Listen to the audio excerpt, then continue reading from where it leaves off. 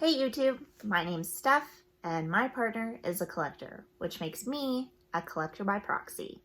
And it is the best weekend of the year, so my friend Frank and I are here to recommend some video games that you might be interested in playing to be super festive for the Halloween season.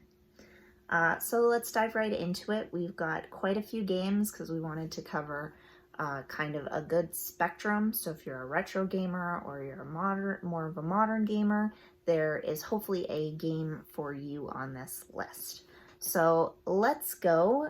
We'll start with some retro games. So for Halloween, we recommend Zombies Ate My Neighbors on the Super Nintendo. If you are able to play this, this is a super fun, just kind of shooter game, but zombie themed. A lot of fun. And then we also have oh no, more zombies ate my neighbors. And this is actually one that we have that is a fan release. It is basically Zombies Ate My Neighbors, but a few more levels, and that's a lot of fun. So, two super fun Super Nintendo games, Zombies Ate My Neighbors and the fan sequel. The next one on our list here is obviously Resident Evil 2 on the PlayStation. I don't think I really need to say anything else. It's Resident Evil, PlayStation, fantastic. Another one that is a little more obscure that you might not know is Dino Crisis. It goes along the same kind of idea as Resident Evil, but with dinosaurs. Check it out. It's great. The next one we have here, we cannot make a Halloween list without having Silent Hill 2 on there for PlayStation 2. Again, Silent Hill, this is a super creepy, scary, the music is incredible. Yeah, I cannot play this. I can't play it, it still freaks me out, I can't handle it. And another one we have for the GameCube is Eternal Darkness, another super creepy game, actually Canadian made. And I have to recommend the light gun shooters on the Wii. So if you are able, have a Wii still, and you can go and get some of these light gun shooter games, oh my gosh, you're gonna have the greatest time of your life. I absolutely love these games. They are so much fun. We have House of the Dead Overkill, which is probably the best one that we have. I really love this game. There's House of the Dead 2 and 3. And then we also have Resident Evil The Umbrella Chronicles and Resident Evil The Dark Side Chronicles. These are super fun games. I don't know if you guys remember, like, at the arcade playing those light gun shooters, or the rail shooters, sorry. It's the same idea, but you can play them at home on the Wii. These are super fun. I love playing these. Another one that you might not have heard of, I have not played this yet. Andrew is excited to play it, and that is Cursed Mountain on the Wii. Kind of a hidden gem for you there. We have Dead Space, the original, for 360. We have Dead Space 2 for the 360, and Dead Space 3. These games are frickin' terrifying. If you want a good Halloween game, I highly recommend these. These are another set of games that I cannot play because I'm a huge scaredy cat. And let's see, we'll organize these a bit better here.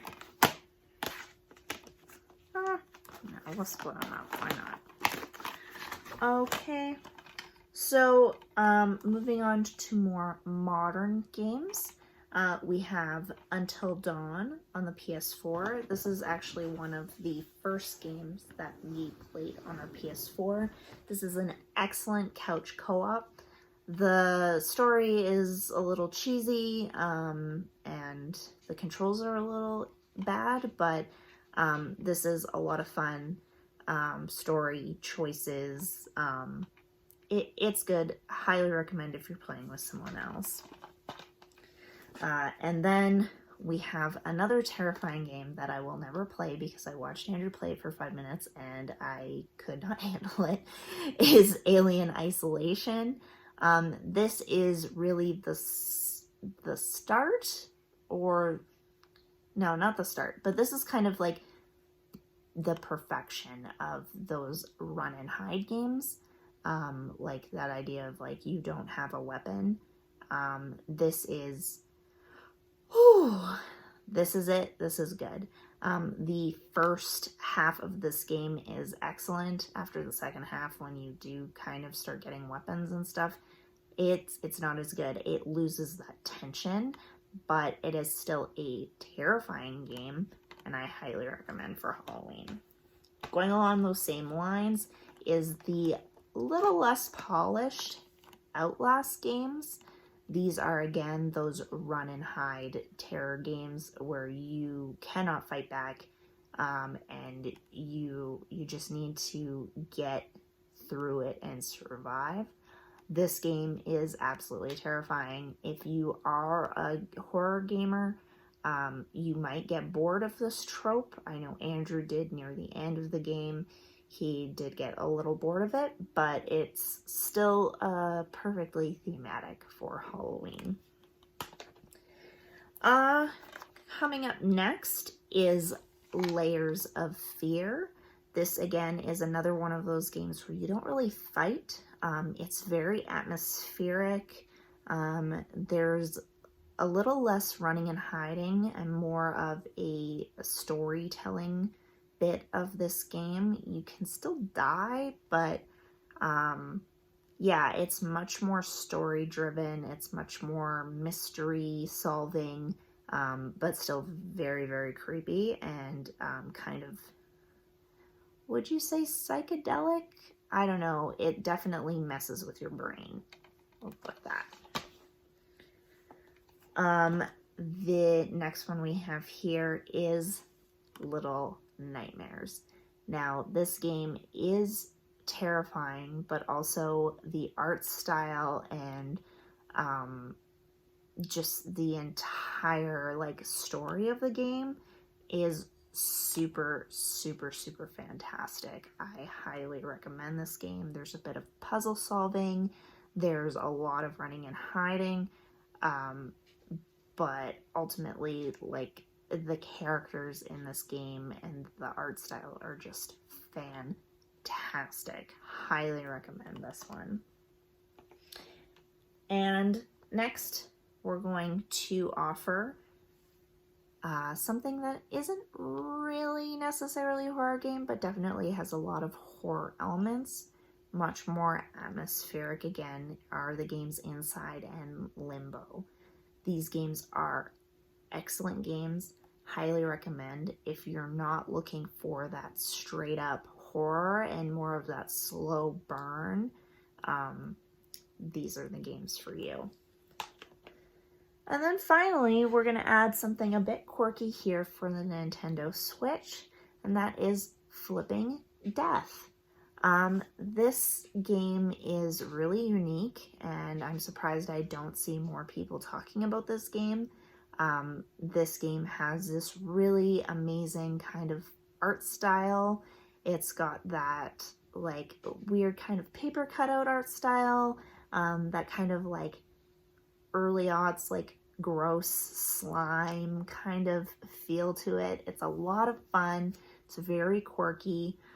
Basically, you take over for the Grim Reaper, and you have to flip between the, the living world and the dead world to solve puzzles and do your platforming. So this is kind of a point and click platformer. which with a fantastic art style, which I highly recommend. So I did go through that list very quickly. I will list all of the games in the section below, in the description section below. So thank you so much, guys. Thank you for joining me, and happy Halloween.